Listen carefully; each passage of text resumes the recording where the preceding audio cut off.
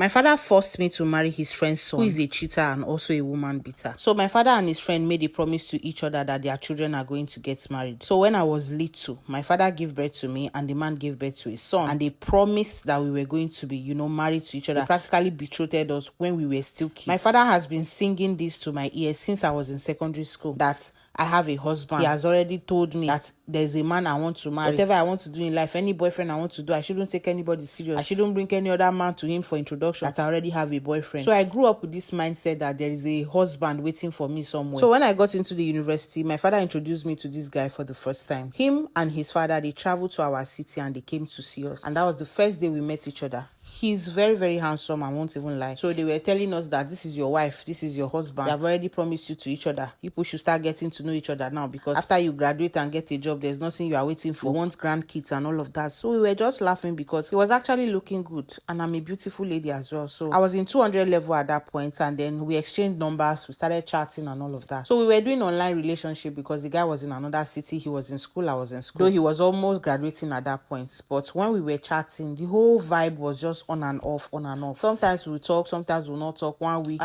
I believe that he had a girlfriend. Me too, I had a boyfriend at that point. So we were just doing what we were doing. So we disconnected at some point, and when I graduated, I later found out that he was now abroad. So I graduated, went for service, I got a job. I was doing business on the side as well, until he came back to the country. I was like, oh, can we see? Let's take our relationship seriously, since we are already betrothed and all of that. So I said, okay, cool. We actually had a nice time. That was the first time we were intimate after he came back from abroad. We stayed in a hotel for about a week. Everything was just okay. The vibe was better, probably because we were more matured. So everything was going okay. I felt like we were in a serious relationship. So he traveled back abroad and the communication was actually better. We were constantly checking up on each other, constantly on calls. He was sending me money. The relationship was progressing until he told me that the next time he's coming, we are getting married, that he doesn't want to wait any longer. He's in love with me. He has fallen deeply. And I won't even lie, I fell in love with him as well. So the next time he was coming into the country, we actually got married. While he was there, he was sending money for preparation and everything. Immediately after our wedding, I now found out that this guy is a chronic cheat and a woman beater. The way he speaks to people on the phone is actually very funny. I've experienced it once, but I felt like, okay, he was angry at the person. But whether it is his mother, his sister, ladies, he's just aggressive over the phone, and he has never been that with me before. So I kept on noticing that, why is this guy so aggressive? I said, anyway, so far he's not doing it with me, that's not my business. So he stayed for like a month and few weeks after our wedding, and then he traveled back. Told me he was going to come back in 3 months time, which he did. So when he was supposed to come back, this man changed his flight dates multiple times, not knowing that he had plans to go and sleep with different girls. That's why he was giving me different